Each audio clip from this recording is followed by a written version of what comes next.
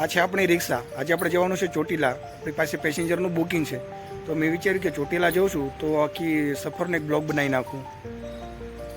એક રિક્ષા ડ્રાઈવર તરીકે મારી સફર કેવી રહી છે, ત્યાં ચોટીલા મંદિરના દર્શન કેવી રીતે થાય છે અને રસ્તો ત્યાં સુધીનો કેવો છે, એ બધું જ હું તમને આ સફરમાં બતાવીશ. તો આપણા પેસેન્જર આવી ગયા છે અને આપણે ચાલુ કરીએ આપણી શુભ યાત્રા.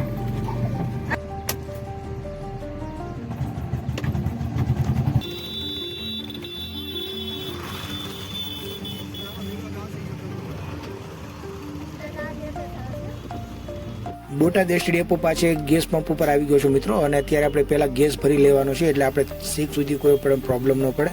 અને જવા માટે પહેલાં રિક્ષાને આપણે કમ્પ્લીટ કરી લીધી છે.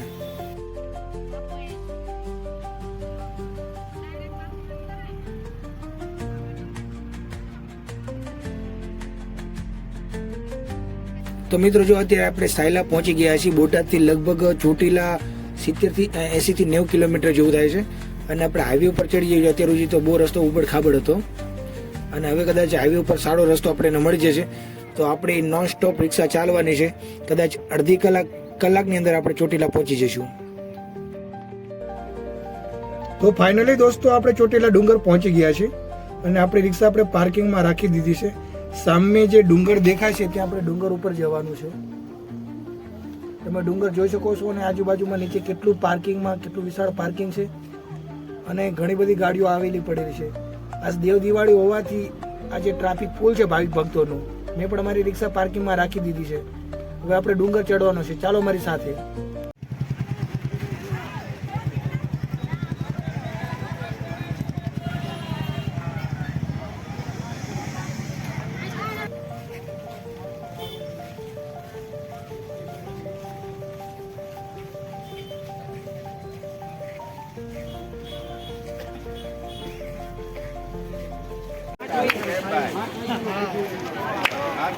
જય માતાજી, જય શ્રી કૃષ્ણ. આજે દેવ દિવાળી છે. આ ભાઈ અમને રાજી ખુશી આપે છે. જય માતાજી, જય શ્રી કૃષ્ણ. મંદિરના ચોટીલા ડુંગર માતાજી બધા માનીએ છીએ. જય માતાજી, જય માતાજી.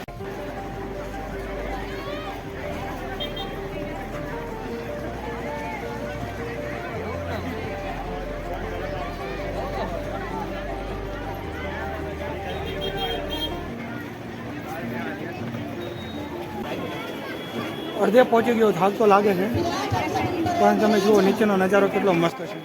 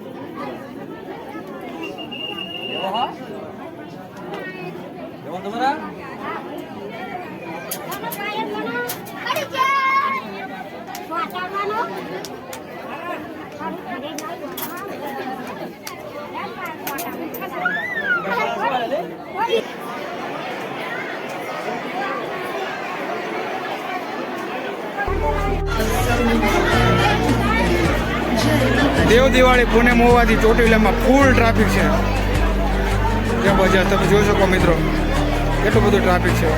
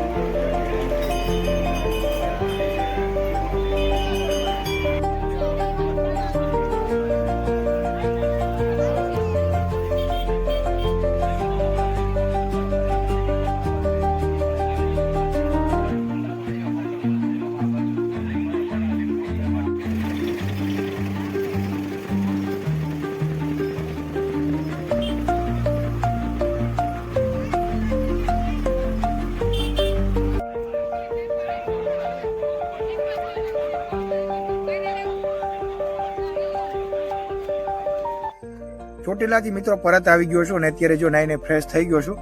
અને ચોટીલાનો જે યાત્રા કરી હતી ખરેખર મને મજા આવી અને પેસેન્જરને મજા આવી અને મને પ્રોત્સાહન મળે અને હું આવા વિડીયો બનાવતો રહું એના માટે તમે મારી ચેનલને સબસ્ક્રાઈબ કરજો.